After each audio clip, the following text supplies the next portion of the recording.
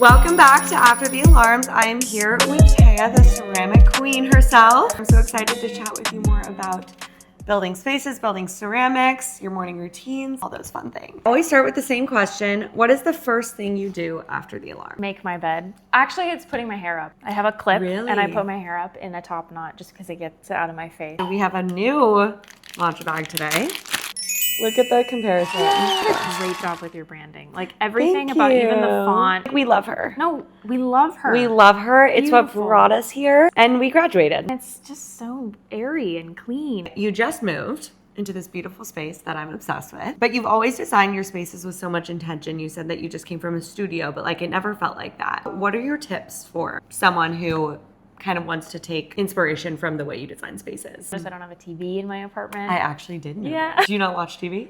On my computer, I'm one person, Yeah. so it's okay. Yeah. But I just don't want when I'm hosting, I don't want to ever have all the attention pointed to a black box when it should be about pointing to each other. I love that. Or like over food. The thing about a studio is you get to design the rooms versus a fixed space with already a bedroom or a living room. You get to kind of design the space in a way that is abstract or in the way that your energy already naturally flows. Like, oh, I go into this corner because it feels relaxing to me. Like, I want to go and take my matcha in this corner because this is where I want to start my morning. You really use structure and fabric to separate room. Yes, and rugs and colors. So today we are making a salted maple almond milk matcha. Per cup, we're gonna do a little over 1 teaspoon. I always say like it's slightly over 1 teaspoon. I like a generous matcha. Yeah, 1/4 cup of water. Okay, I'm really excited to talk about your ceramics. I'm always so inspired by the storytelling behind each piece, the inspiration behind each piece.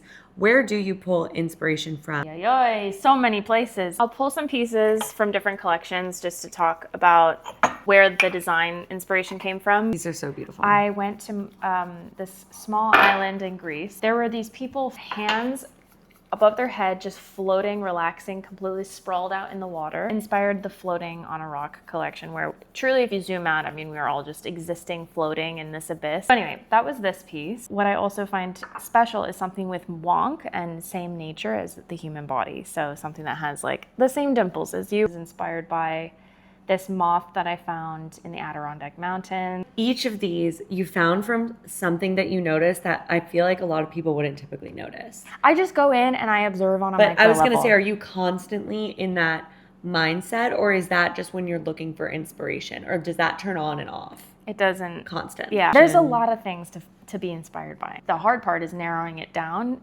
That would be a translatable message. What is the common thread between like you and I through a mug? Yeah. And a lot of people would just look at it and go, it's a mug.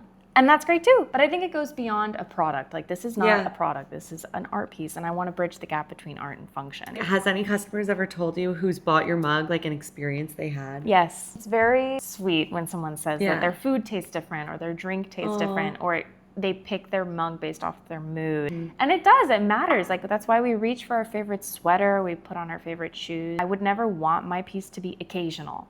Yeah. So this isn't fine china. This is supposed to be something you use because you love celebrating every morning. Well, our matcha is going to taste 10 times better. I'm so excited. Well, we have so many options. What ounceage level? Because I have a variety. Oh yeah, let's pick a cup. Yeah, we have. How exciting. This is like a 10, 11. These two kind of go together. Cute. Okay, perfect. Wait, I love those two. Hardest decision of the day isn't picking out an outfit, it's picking out a mug. Exactly. So these are our selections of the day. Those are gorgeous. Stepping a little bit outside of the norm, we're doing ice. In mugs, which is so breaking the rules, but that's It's so chic. Do you have a favorite piece that you've ever created? Really proud of that chair. It's funky and weird and not functional at all. This is so weird. It looks like a guitar a little bit. So it's a 2-part chair and it sits and balances physics, right?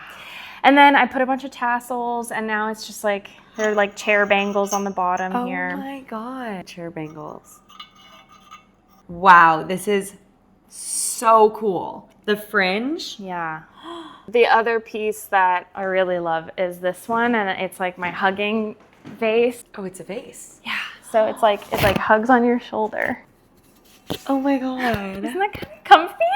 Wait, why is this like a weighted blanket? I need I That's so cool. But it's just like That's really cool. It wasn't intentional, and then I was like, I just want to hug you. So then I did, and it molded, and then So you hugged it during? Mm-hmm.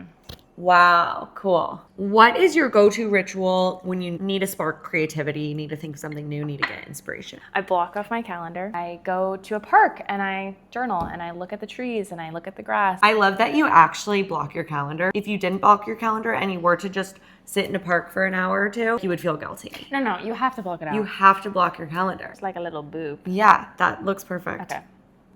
So this is the pink Himalayan sea salt. Is that okay? Yeah, Okay. like literally a pinch. Yeah.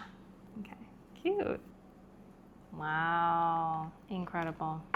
Gorge. When you drink out of mugs, do you use a straw? No. All right. Cheers. Cheers. Yeah. Do you like this Oh, milk? it's so good. Yeah, so good. I love that milk. I use that milk. I love, it's like the almond vanilla. What does a typical workday look like for you? Oh my God, there's no such thing as typical. Typical doesn't exist in my world. You'd think, oh, I'm a ceramic artist, so I'm throwing all the day, every day, all day. No. There's specific blocks within the month, and I go through cycles. So like, there's a day or two that I'm throwing, and then the next day will be trimming, and then the next day will be just letting it dry. And then glazing is like an entirely different step. Last month was in Paris hosting a ceramic ceremony. So cool. There's just a lot of moving parts, and it didn't That's look the same awesome. as like what it does here, you know? I feel like you've really built this life that is so you. Has it been very intentional, or has it just been right time, right place? Someone told me luck is when preparation meets opportunity.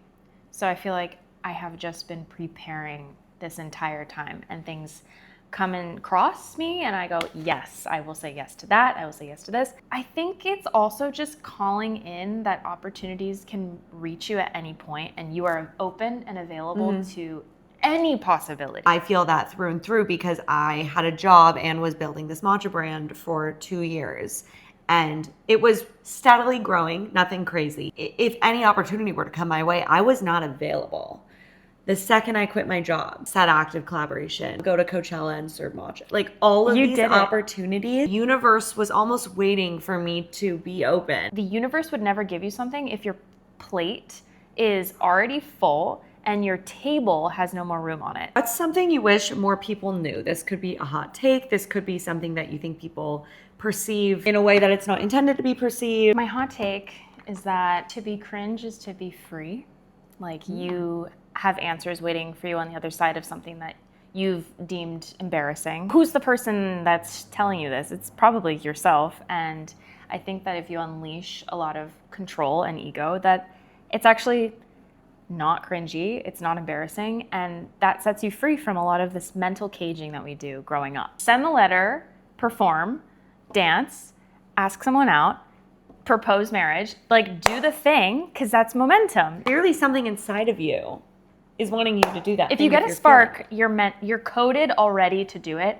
And the book Creative Act by Rick Rubin speaks about how creative entity or creative energy or whatever will land in someone, and if it's not manifested in the physical, it kind of reroutes itself to somebody else. That's why sometimes you'll see like, oh my God, I thought of that, but I didn't do it, and they did it. You've given so much incredible advice throughout all of this, but what is the best advice that you've ever received? My mom she's always said that above the clouds, it's always sunny. If you zoom out, that thing that you're so engulfed in shrinks down and becomes a very small blip or a part in your life. If it's hard, it's hard. Feel your feelings, but know that every time you just let yourself float above the clouds, like in a plane when you're going up 30,000 feet, you hit this point where even if it's hazy, which it is right now, boom, blue sky. That's beautiful. Every time. Yeah. And I think it's a choice. Teya, thank you so much. This was you. so lovely, and it was also just great catching up with you.